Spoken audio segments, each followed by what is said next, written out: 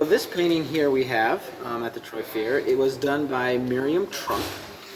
She goes to church at Orwell Bible Church. Great church. If you're in the area looking for a church, if you don't go to church, but say that you follow Jesus, it's really important that you do that, because Jesus says if we stop going, then we're not really part of his body. So that's a great church. Pastor Glenn is a great pastor. So check them out if you live around Orwell. So what we have here is the kingdom is open to all who will labor, Matthew 20, 1-15.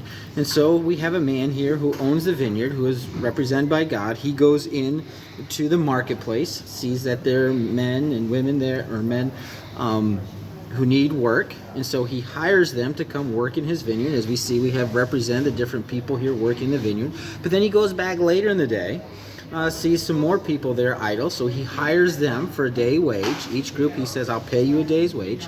Then he goes back later in the day, even later, and he sees more people there without work, and he says, I'll pay you a day's wages. And he goes back again, and with hardly any time left to the day, and he says, hey, come work for me and I'll pay you a day's wage. And at the end, they as he goes to pay them, the people who worked there all day are upset because they got the same wage as those who'd only worked a couple hours. They didn't think it was fair. And his response is, hey, this is my property. It is mine to be generous with whom I choose to be generous. I did you no wrong because this is what we agreed to. And so what this represents then, the denarius represents, that we see here in the hand, represents salvation and entrance into the kingdom of heaven.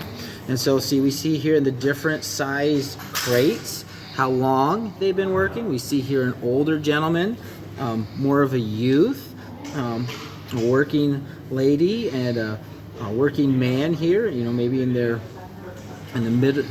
middle age of life.